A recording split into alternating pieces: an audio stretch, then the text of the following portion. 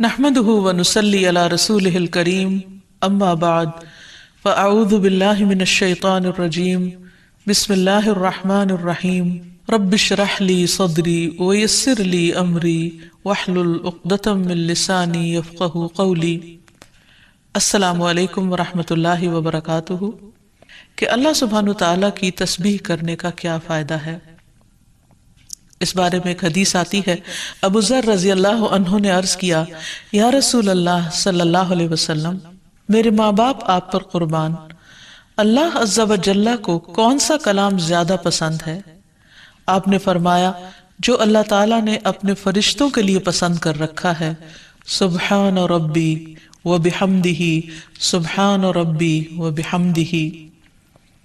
حقیقت یہ ہے کہ ساری مخلوق اللہ تعالیٰ کی تسبیح بیان کر رہی ہے۔ قرآن مجید میں آتا ہے، تسبح لہ السماوات السبع والارض ومن فیہن وَإِن مِّن شَيْءٍ إِلَّا يُسَبِّحُ بِحَمْدِهِ وَلَٰكِن لَّا تَفْقَهُونَ تَسْبِيحَهُمْ إِنَّهُ كَانَ حَلِيمًا غَفُورًا۔ ساتوں آسمان اور زمین اور جو کچھ ان میں ہے سب اس کی تسبیح کر رہے ہیں، بلکہ کوئی بھی چیز ایسی نہیں جو اس کی حمد کے ساتھ اس کی تسبیح نہ کر رہی ہو، لیکن تم ان کی تسبیح کو سمجھتے نہیں، کیونکہ ہر ایک کا اپنا اپنا انداز ہے۔ وہ بڑا بردبار اور معاف فرمانے والا ہے۔ سورۃ النور میں بھی اللہ سبحانہ وتعالیٰ فرماتے ہیں، أَلَمْ تَرَ أَنَّ اللَّهَ يُسَبِّحُ لَهُ مَنْ فِي السَّمَاوَاتِ وَالْأَرْضِ وَالطَّيْرُ صَافَّاتٍ كُلٌّ قَدْ عَلِمَ صَلَاتَهُ وَتَسْبِيحَهُ وَاللَّهُ عَلِيمٌ بِمَا يَفْعَلُونَ۔ کیا تم دیکھتے نہیں کہ آسمانوں اور زمین میں جو کچھ ہے اور فضا میں پر پھیلائے ہوئے پرندے سبھی کے سب یہ اللہ کی تسبیح کر رہے ہیں۔ ہر مخلوق کو اپنی نماز اور تسبیح کا طریقہ معلوم ہے، اور اللہ اسے خوب جاننے والا ہے جو وہ کرتے ہیں۔ بہت ہی خوبصورت آیت ہے جس سے یہ پتہ چلتا ہے کہ نمبر ایک، ساری مخلوق تسبیح کر رہی ہے، سب اللہ کے ذکر میں مشغول ہیں، ایک ذرے سے لے کر بڑے بڑے ستارے اور سیارے۔ اور پھر خصوصاً پرندوں کی بات کی گئی، یعنی زمین اور آسمان کی مخلوق تو کر ہی رہی ہے تسبیح، لیکن ان دونوں کے درمیان جو پرندے اڑتے ہوئے نظر آ رہے ہیں، اور بعض اوقات صفوں کی شکل میں، یعنی صف باندھے ہوئے یا پر پھیلاتے ہوئے اور سکیڑتے ہوئے یا اڑتے ہوئے، سب مل کر یا اکیلے اکیلے، یہ سب اللہ سبحانہ تعالیٰ کی پاکی بیان کرتے ہیں۔ ویسے بھی آپ نے دیکھا ہوگا کہ صبح اور شام کے اوقات میں بڑے بڑے درختوں پر بیٹھے ہوئے ہزاروں کی تعداد میں پرندے یک زبان ہو کر اللہ سبحانہ تعالیٰ کی تسبیح کر رہے ہوتے ہیں، ذکر کر رہے ہوتے ہیں۔ فرمایا یہ سب اللہ کی تسبیح کرتے ہیں۔ تیسری بات یہ فرمائی گئی کہ ہر مخلوق کو اپنی نماز اور تسبیح کا طریقہ معلوم ہے۔ کس قدر دلچسپ اور خوبصورت بات ہے کہ پرندہ ہو یا چیونٹی ہو یا کوئی بڑے سے بڑا جانور ہو یا ستارہ اور سیارہ ہو، ہر ایک کو تسبیح بھی معلوم ہے، یعنی اللہ کا ذکر کیسے کرنا ہے، اور یہ بھی معلوم ہے کہ اس کا کام کیا ہے، وہ کیوں پیدا کیا گیا ہے، یعنی اس کو اپنے مقصد زندگی کا بھی معلوم ہے، اور پھر اللہ تعالیٰ کی عبادت اور اطاعت کے طریقے کیا ہیں، اس کے لیے کون سی راہیں مقرر کر دی گئی ہیں، یہ بھی اس کو خوب معلوم ہے۔ تو اس میں حیرت کی بات یہ ہے کہ اگر ساری مخلوق یہ جانتی ہے تو پھر انسان کا انجان بننا اس کے لیے کس قدر خطرناک ہے۔ اللہ تعالیٰ نے سب کچھ انسان کے لیے پیدا کیا، اور وہ ساری چیزیں انسان کی خدمت میں خوب لگی ہوئی ہیں، لیکن انسان کو جس کے لیے پیدا کیا گیا، انسان اس مقصد کو بھول گیا اور اپنے رب سے غافل ہو گیا۔ تو اس لیے اگر ہم تسبیح نہیں کریں گے تو ہم ساری کائنات سے الگ ہو جائیں گے۔ وہ سب تو اللہ کے وفادار، فرمانبردار، تسبیح گزار، اور ہم اللہ سے غافل، یہ دل کیسے گوارا کر سکتا ہے؟ اس لیے زیادہ سے زیادہ اللہ سبحانہ و تعالیٰ کی تسبیح کرنی چاہیے۔ ایک حدیث سے یہ بھی پتہ چلتا ہے کہ چیونٹیاں بھی اللہ کی تسبیح کرتی ہیں۔ جب ایک موقع پر کسی نے چیونٹیوں کو جلا دیا تو اللہ سبحانہ و تعالیٰ نے ان سے یہی کہا کہ تم نے گروہوں میں سے ایک ایسے گروہ کو جلا دیا جو اللہ کی تسبیح بیان کرتا ہے، اور ویسے بھی آگ کا عذاب اللہ کے سوا کسی اور کو دینے کا حق نہیں۔ پھر اسی طرح جو کھانا ہم کھاتے ہیں وہ بھی اللہ کی تسبیح کرتا ہے۔ عبداللہ بن مسعود رضی اللہ عنہما بیان کرتے ہیں کہ ہم آپ صلی اللہ علیہ وسلم کے زمانے میں کھاتے وقت کھانے کی تسبیح سنتے تھے، یعنی نبی صلی اللہ علیہ وسلم سنوا سکتے تھے کہ کس طرح کھانا تسبیح کر رہا ہے۔ پھر اسی طرح فرشتے بھی اللہ تعالیٰ کی تسبیح کرتے ہیں، جس کا وہ اقرار خود کر رہے تھے کہ وَنَحْنُ نُسَبِّحُ بِحَمْدِكَ وَنُقَدِّسُ لَكَ، کہ ہم تیری حمد کے ساتھ تیری تسبیح کرتے ہیں اور تیری پاکی بیان کرتے ہیں۔ قرآن مجید میں سورۃ الشورى میں بھی آتا ہے وَالْمَلَائِكَةُ يُسَبِّحُونَ بِحَمْدِ رَبِّهِمْ، اور فرشتے اپنے رب کی حمد کے ساتھ اس کی تسبیح کرتے ہیں، یعنی تعریف بھی کرتے ہیں، تسبیح بھی کرتے ہیں۔ تسبیح کا مطلب ہوتا ہے اللہ تعالیٰ کو ہر عیب اور نقص سے پاک قرار دینا، اور حمد ہوتا ہے اللہ تعالیٰ کی تعریف بیان کرنا، یعنی اس کی خوبیوں پر اور اس کے کمالات پر اس کی تعریف کرنا۔ پھر اسی طرح وہ فرشتے جو عرش کو اٹھائے ہوئے ہیں وہ بھی اللہ تعالیٰ کی تسبیح کرتے رہتے ہیں۔ الذین یحملون العرش ومن حولہ یسبحون بحمد ربہم، جو فرشتے عرش اٹھائے ہوئے ہیں اور جو اس کے ارد گرد ہیں سب اپنے پروردگار کی حمد کے ساتھ اس کی تسبیح کرتے ہیں۔ ایک اور جگہ پر آتا ہے وَتَرَى الْمَلَائِكَةَ حَافِّينَ مِنْ حَوْلِ الْعَرْشِ يُسَبِّحُونَ بِحَمْدِ رَبِّهِمْ، نیز اس دن آپ دیکھیں گے یعنی قیامت کے دن کہ فرشتے عرش کے گرد حلقہ باندھے اپنے پروردگار کی تعریف کے ساتھ تسبیح کر رہے ہیں۔ پھر اسی طرح بعض مواقع پر جب وحی نازل ہوئی تو نزول وحی کے وقت حاملین عرش سے لے کر تمام انسانوں کے فرشتوں نے تسبیح کی، یعنی انسان کی ہدایت کے لیے اتنی بہترین کتاب اتاری جا رہی تھی۔ اور تسبیح فرشتوں کی خوراک بھی ہے، یعنی جیسے ہم انسان کھانا پینا کرتے ہیں اسی طرح فرشتوں کو کسی مادی چیز کے کھانے کی ضرورت نہیں ہوتی، وہ ان کی تسبیح جو ہے وہی خوراک ہے۔ اس بارے میں حضرت عائشہ کہتی ہیں کہ میں نے نبی صلی اللہ علیہ وسلم سے پوچھا کہ دجال کے زمانے میں ایمان والوں کا کھانا کیا ہوگا، یعنی اتنا فتنے کا دور ہوگا اور ہر شخص چھپ جائے گا اور چاہے گا کہ وہ اس فتنے سے بچ جائے، تو پھر وہ کیا کھائے گا؟ آپ نے فرمایا جو فرشتوں کا ہے، یعنی تسبیح، تکبیر، تحمید، تحلیل، یعنی اللہ تعالیٰ کی حمد و ثنا کرنا، اللہ کا ذکر کرنا۔ اور تسبیح کیوں نہ کی جائے؟ کیونکہ اللہ سبحانہ وتعالیٰ نے قرآن مجید میں اپنے حبیب محمد صلی اللہ علیہ وسلم کو بارہا تسبیح بیان کرنے کا حکم دیا ہے۔ فرمایا فَسَبِّحْ بِاسْمِ رَبِّكَ الْعَظِيمِ، سو اپنے بہت عظمت والے رب کے نام کی تسبیح کیا کریں۔ پھر ہے سبح اسم ربک الاعلی، اپنے رب کے نام کی تسبیح کریں جو سب سے بلند ہے۔ پھر ہے فسبح بحمد ربک وکن من الساجدین، پس اپنے رب کی حمد کے ساتھ تسبیح کریں اور سجدہ کرنے والوں میں سے ہو جائیں۔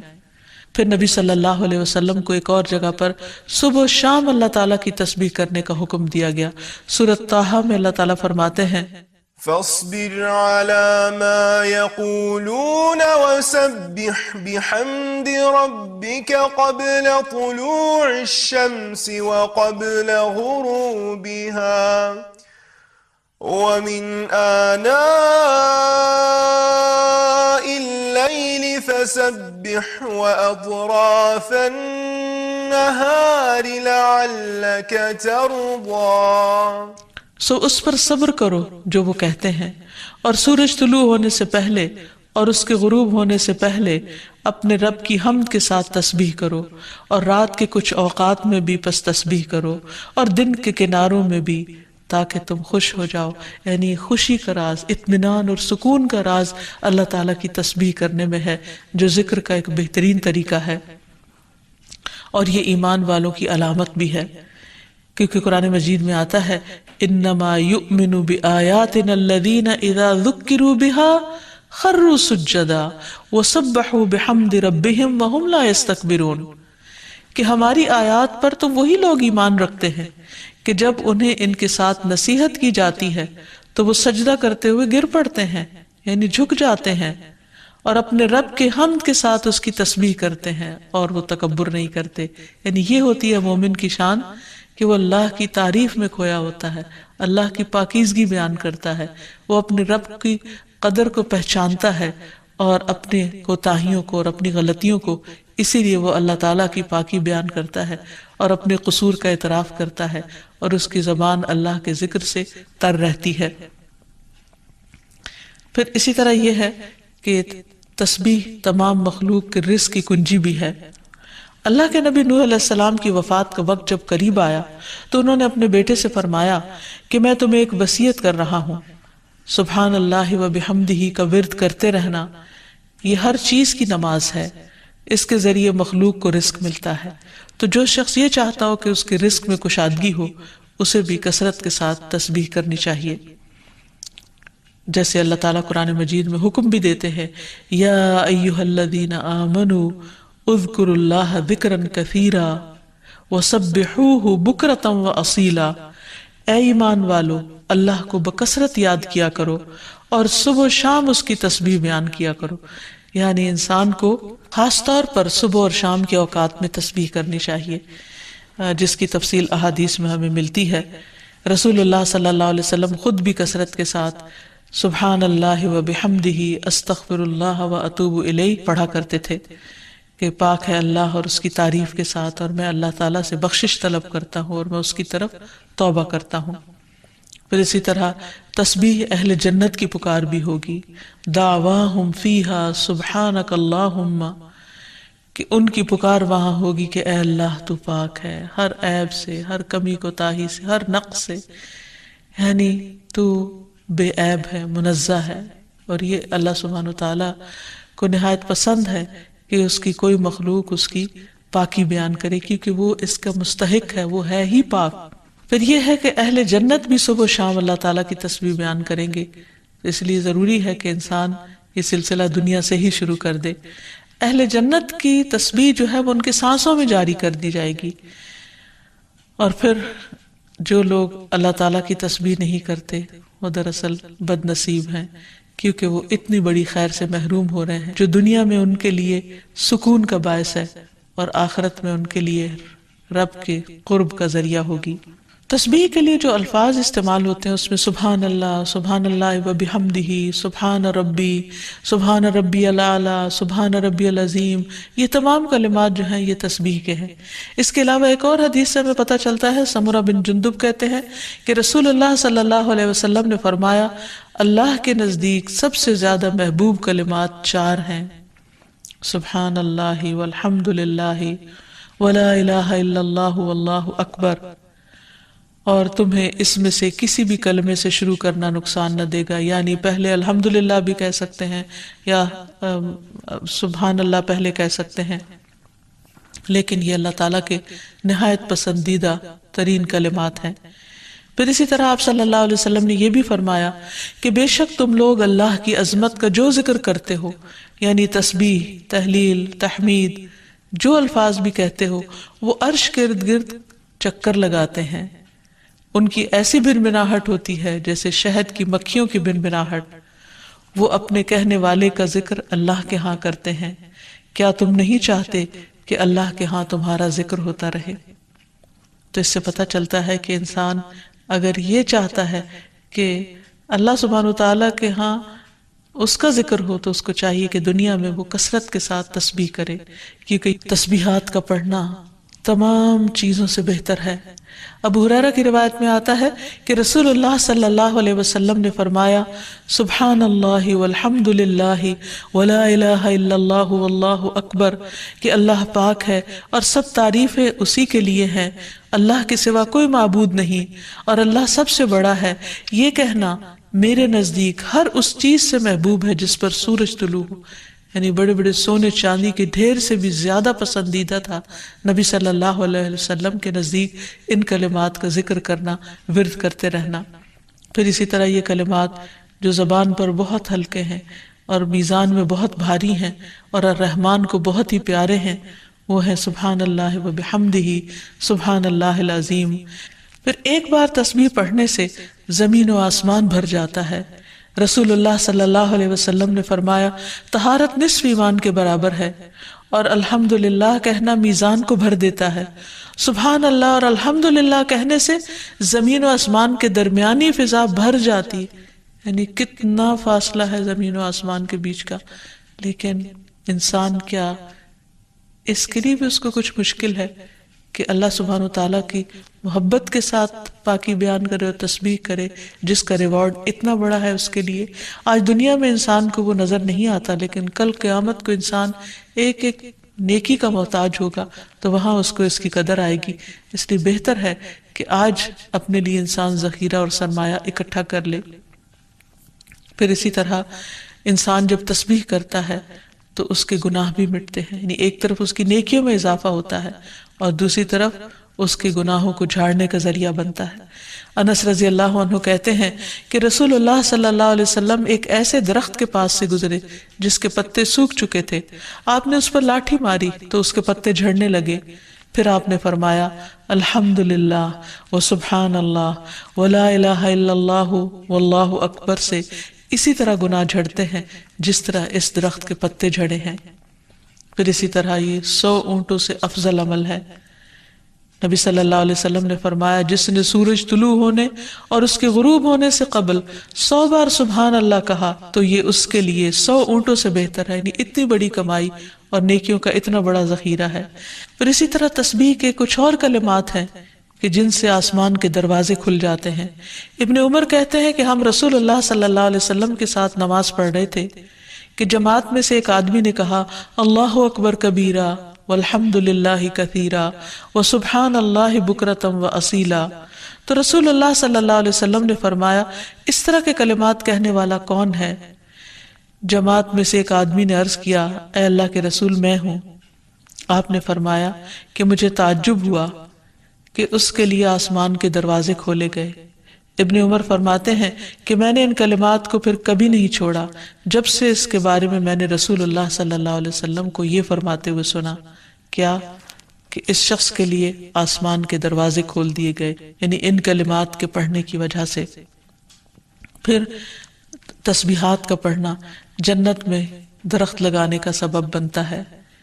پھر اسی طرح انسان کے تمام جوڑوں کا صدقہ ہر روز اس پر واجب ہو جاتا ہے اور یہ تسبیحات اس کے لیے ہر جوڑ سے صدقے کا باعث بنتی ہیں. پھر یہ ہے کہ تسبیحات عمر میں اضافے کا ذریعہ بھی بنتی ہیں. نبی صلی اللہ علیہ وسلم نے فرمایا اللہ کے نزدیک اس مومن سے افضل کوئی نہیں جسے حالت اسلام میں لمبی عمر دی گئی ہو اس کی تسبیح و تکبیر اور تحلیل کی وجہ سے. پھر اسی طرح انسان کے لیے یہ تسبیحات محرومی سے بچاؤ کا ذریعہ بھی ہیں.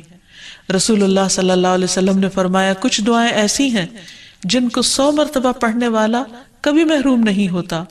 سبحان اللہ والحمد للہ ولا الہ الا اللہ واللہ اکبر. یعنی جب انسان کو کوئی حاجت ہو، کوئی ضرورت ہو، کوئی مشکل ہو، کوئی پریشانی ہو تو اللہ سبحانہ وتعالیٰ کا ان الفاظ کے ساتھ ذکر کرنا شروع کر دے، تسبیح کرنا شروع کر دے، کیونکہ یہ باقی رہنے والی نیکیاں ہیں اور دنیا میں بھی انسان کو فائدہ دیتی ہیں اور آخرت میں بھی انسان کے لیے آگ سے بچاؤ کا ذریعہ ہے. حدیث میں آتا ہے رسول اللہ صلی اللہ علیہ وسلم نے فرمایا اپنا بچاؤ حاصل کر لو. صحابہ نے عرض کیا اللہ کے رسول کیا دشمن آ گیا؟ آپ نے فرمایا نہیں، لیکن جہنم سے تمہارا بچاؤ سبحان اللہ والحمد للہ ولا الہ الا اللہ واللہ اکبر سے ہے. اور یہی کلمات باقیات صالحات ہیں. پھر اسی طرح دل کی گھٹن اور سینے کی تنگی کا علاج بھی تسبیح میں ہے. پریشانی، ڈر اور خوف کو دور کرنے کا ذریعہ بھی تسبیحات ہیں. تو ہر موقع کی مناسبت سے انسان کو تسبیح کرتے رہنا چاہیے.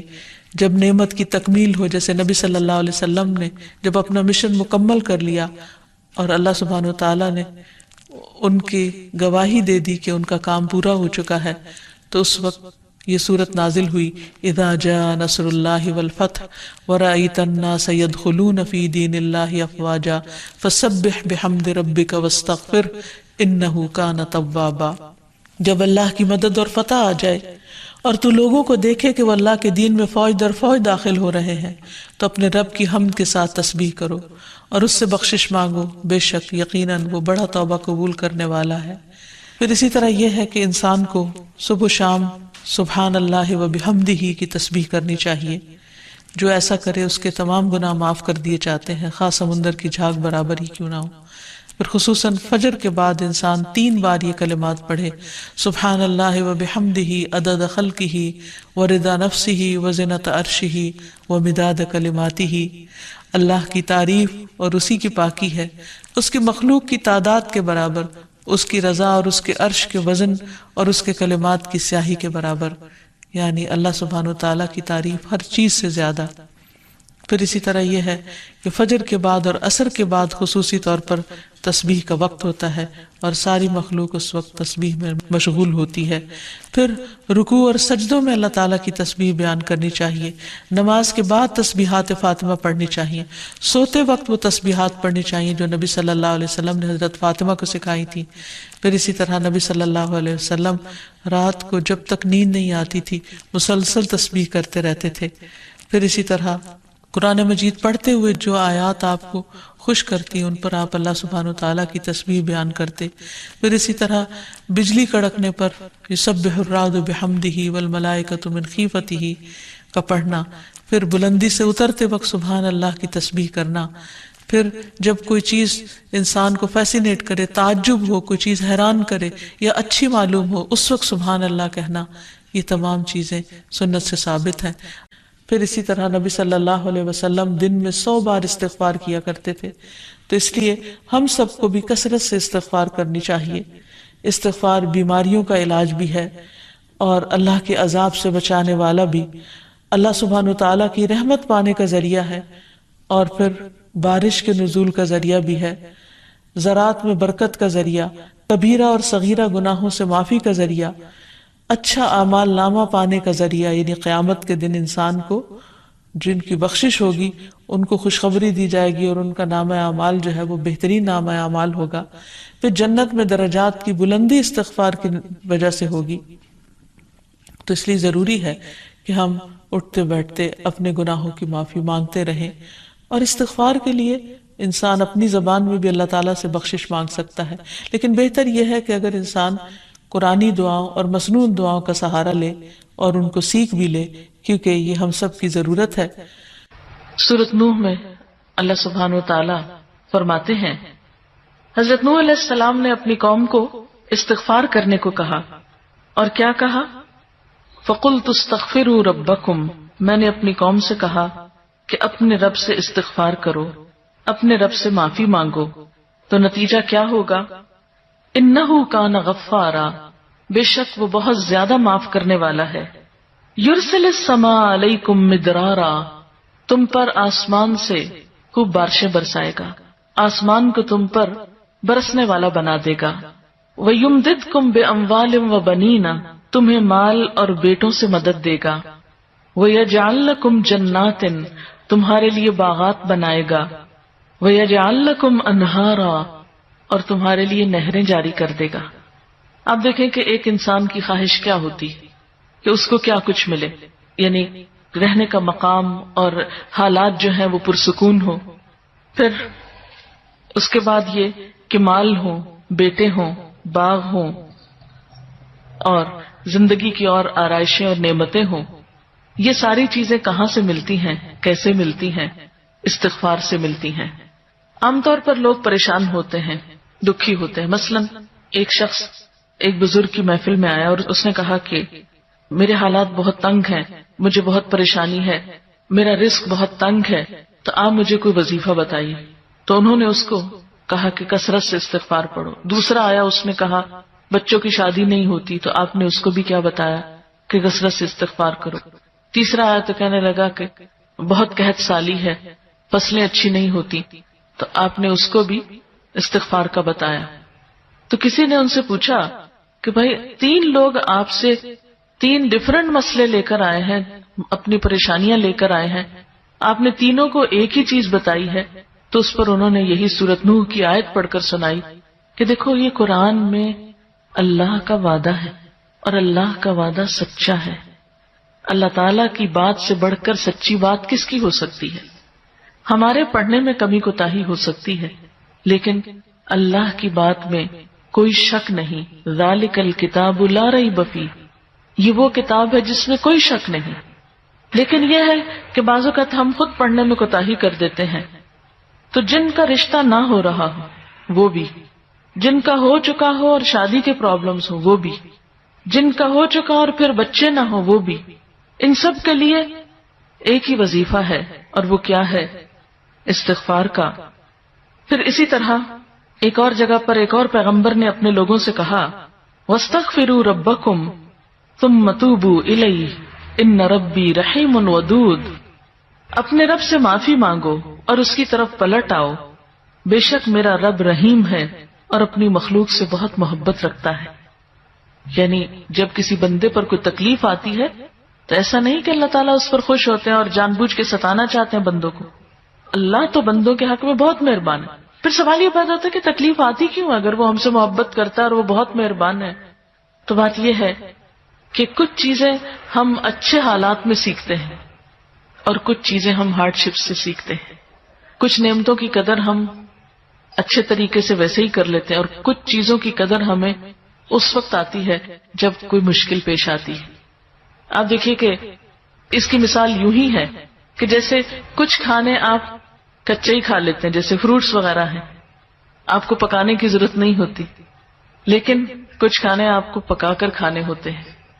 اسی طرح زندگی میں کچھ حالات ایسے ہوتے ہیں کہ جن میں آپ آرام سے سیکھ جاتے ہیں، یا کچھ باتیں آپ کو بغیر کسی مشکل کے سمجھ میں آ جاتی ہیں، لیکن کچھ باتیں آپ کو مشکل آنے پر سمجھ آتی ہیں۔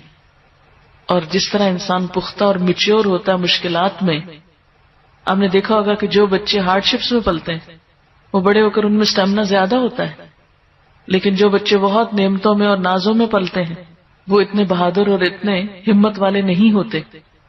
اس لیے دھوپ اور چھاؤں، غم اور خوشی، دونوں اس کائنات کا حسن ہے۔ دن اور رات ایک بہت بڑی نشانی ہے ہمارے لیے۔ تو اس لیے جب تکلیف آتی ہے تو اس موقع پر انسان اللہ کی طرف زیادہ رجوع کرتا ہے، اللہ کو زیادہ یاد کرتا ہے، زیادہ ذکر کرتا ہے، اور اس طرح انسان کے گناہ دنیا میں ہی معاف ہونے لگتے ہیں۔ ایک اور جگہ پر آتا ہے وَأَنِ اسْتَغْفِرُوا رَبَّكُمْ ثُمَّ تُوبُوا إِلَيْهِ يُمَتِّعْكُمْ مَتَاعًا حَسَنًا، اور یہ کہ تم اپنے رب سے معافی چاہو اور اس کی طرف پلٹ آؤ تو وہ تم کو اچھا سامانی زندگی دے گا۔ یعنی دنیا کی اچھی نعمتیں کس سے ملیں گی؟ استغفار سے۔ تسبیح کے لیے جو الفاظ استعمال ہوتے ہیں اس میں سبحان اللہ و بحمدہ، سبحان ربی الاعلی، سبحان ربی العظیم، یہ تمام کلمات جو ہیں یہ تسبیح کے ہیں۔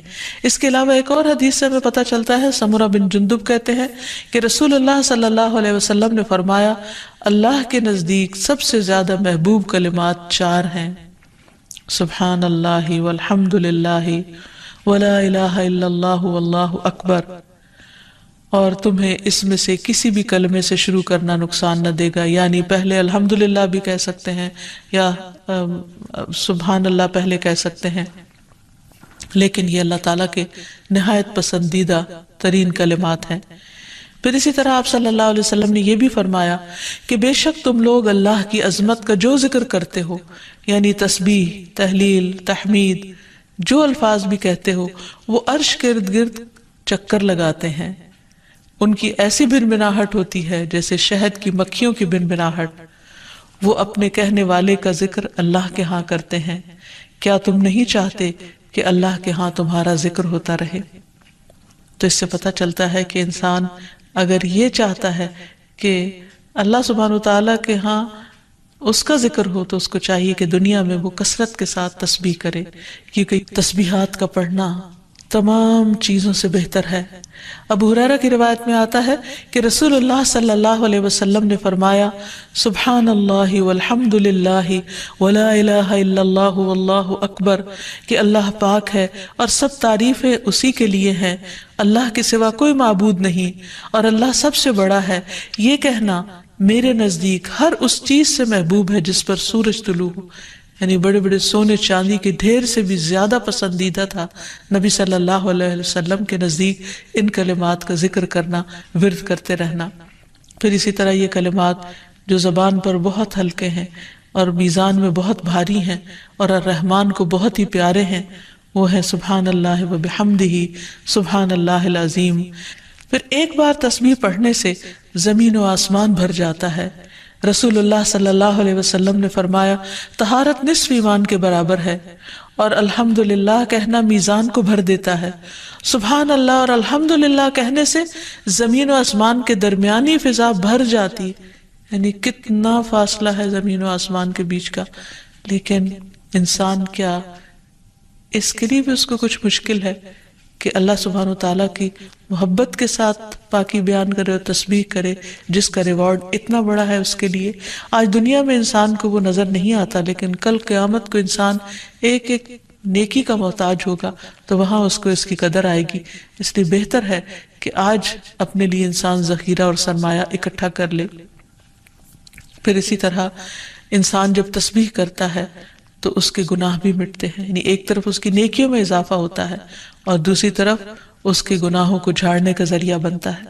انس رضی اللہ عنہ کہتے ہیں کہ رسول اللہ صلی اللہ علیہ وسلم ایک ایسے درخت کے پاس سے گزرے جس کے پتے سوکھ چکے تھے، آپ نے اس پر لاٹھی ماری تو اس کے پتے جھڑنے لگے، پھر آپ نے فرمایا الحمدللہ وسبحان اللہ ولا الہ الا اللہ واللہ اکبر سے اسی طرح گناہ جھڑتے ہیں جس طرح اس درخت کے پتے جھڑے ہیں۔ پھر اسی طرح یہ 100 اونٹوں سے افضل عمل ہے۔ نبی صلی اللہ علیہ وسلم نے فرمایا جس نے سورج طلوع ہونے اور اس کے غروب ہونے سے قبل 100 بار سبحان اللہ کہا تو یہ اس کے لیے 100 اونٹوں سے بہتر ہے، یعنی اتنی بڑی کمائی اور نیکیوں کا اتنا بڑا ذخیرہ ہے۔ پھر اسی طرح تسبیح کے کچھ اور کلمات ہیں کہ جن سے آسمان کے دروازے کھل جاتے ہیں۔ ابن عمر کہتے ہیں کہ ہم رسول اللہ صلی اللہ علیہ وسلم کے ساتھ نماز پڑھ رہے تھے کہ جماعت میں سے ایک آدمی نے کہا اللہ اکبر کبیرہ والحمد للہ کثیرا وسبحان اللہ بکرۃ واصیلا، تو رسول اللہ صلی اللہ علیہ وسلم نے فرمایا اس طرح کے کلمات کہنے والا کون ہے؟ جماعت میں سے ایک آدمی نے عرض کیا اے اللہ کے رسول میں ہوں۔ آپ نے فرمایا کہ مجھے تعجب ہوا کہ اس کے لیے آسمان کے دروازے کھولے گئے۔ ابن عمر فرماتے ہیں کہ میں نے ان کلمات کو پھر کبھی نہیں چھوڑا جب سے اس کے بارے میں نے رسول اللہ صلی اللہ علیہ وسلم کو یہ فرماتے ہوئے سنا، کیا کہ اس شخص کے لیے آسمان کے دروازے کھول دیے گئے، یعنی ان کلمات کے پڑھنے کی وجہ سے۔ پھر تسبیحات کا پڑھنا جنت میں درخت لگانے کا سبب بنتا ہے۔ پھر اسی طرح انسان کے تمام جوڑوں کا صدقہ ہر روز اس پر واجب ہو جاتا ہے، اور یہ تسبیحات اس کے لیے ہر جوڑ سے صدقے کا باعث بنتی ہیں۔ پھر یہ ہے کہ تسبیحات عمر میں اضافے کا ذریعہ بھی بنتی ہیں۔ نبی صلی اللہ علیہ وسلم نے فرمایا اللہ کے نزدیک اس مومن سے افضل کوئی نہیں جسے حالت اسلام میں لمبی عمر دی گئی ہو اس کی تسبیح و تکبیر اور تحلیل کی وجہ سے۔ پھر اسی طرح انسان کے لیے یہ تسبیحات محرومی سے بچاؤ کا ذریعہ بھی ہیں۔ رسول اللہ صلی اللہ علیہ وسلم نے فرمایا کچھ دعائیں ایسی ہیں جن کو 100 مرتبہ پڑھنے والا کبھی محروم نہیں ہوتا۔ سبحان اللہ والحمد للہ ولا الہ الا اللہ واللہ اکبر، یعنی جب انسان کو کوئی حاجت ہو، کوئی ضرورت ہو، کوئی مشکل ہو،